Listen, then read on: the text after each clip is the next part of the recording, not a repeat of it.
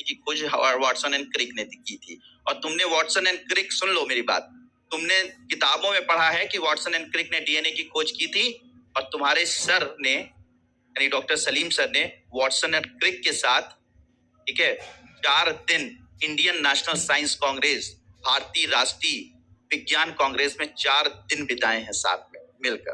ठीक है, तो तुम किताबों में पढ़ते हो और मैं उनके साथ मिलकर, मैंने उनके साथ समय बिताया है, उनके साथ काम किया है इंडियन नेशनल साइंस कांग्रेस।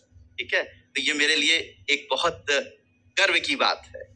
तो सुनिएगा, तो ये बातें बिल्कुल क्लियर हो गई।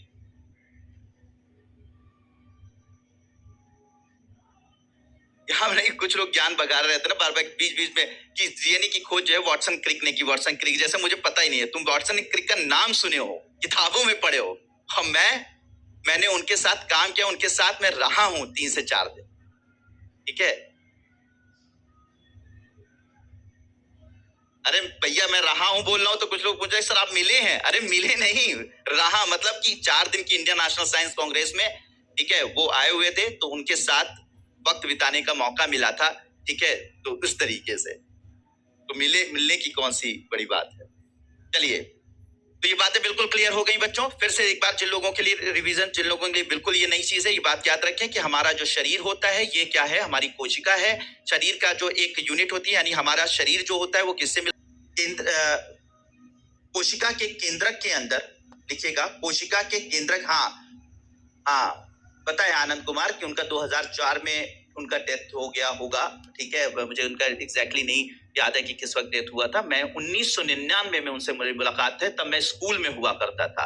और स्कूल में जब मैं हुआ करता था तो मैं स्कूल के अंदर जो है वो इंडियन नेशनल साइंस कांग्रेस होती है, सब आप लोग पढ़िएगा। इंडियन नेशनल साइंस कांग्रेस होती है, भारतीय राष्ट्रीय विज्ञान कांग्रेस होती है। अगर आपने सुना होगा, जो लोग पढ़ते लिखते होंगे उनके बारे में, इसके बारे में सुना होगा। भारत में दुनिया के सारे वैज्ञानिक एक जगह पर इकट्ठा होते हैं, उसे भारतीय विज्ञान कांग्रेस कहते हैं। ये साल में एक बार होती है, जनवरी में होती है। ठीक है, तो ये पूरे देश, पूरी दुनिया के वैज्ञानिक एक जगह इकट्ठा होते हैं, तो वो कांग्रेस होती है। उसी की एक बच्चों की, उसी का एक जूनियर वर्जन है उस कांग्रेस का, भारतीय विज्ञान कांग्रेस का, उसे बोलते हैं Indian national children science Congress. यानी कि जो बच्चों की कांग्रेस होती है, जिसमें बहुत सारे वैज्ञानिक जो हैं, वो छोटे छोटे बच्चे जिनको वैज्ञानिक की पदवी दी जाती है, साइंटिस्ट की पदवी दी जाती है, चिल्ड्रन साइंटिस्ट का अवार्ड दिया जाता है। तो ऐसे चिल्ड्रन साइंटिस्ट को इकट्ठा किया जाता है Indian national children science Congress में। तो मैं अपने स्कूल से Indian national children science Congress को रिप्रेजेंट कर रहा था, और आपको बताते हुए मुझे अच्छा लग रहा है कि इंडियन नेशनल साइंस कांग्रेस को मैंने 3 बार रिप्रेजेंट किया, और मुझे यूनिसेफ ने और इंडियन गवर्नमेंट ने चिल्ड्रन साइंटिस्ट अवार्ड से 3 बार नवाजा है। ठीक है, मेरे 3 रिसर्च पेपर जब मैं 8th 9th 10th में हुआ करता था, तब वो छपे थे Indian national children science Congress में, और मैंने इंडिया को रिप्रेजेंट किया था।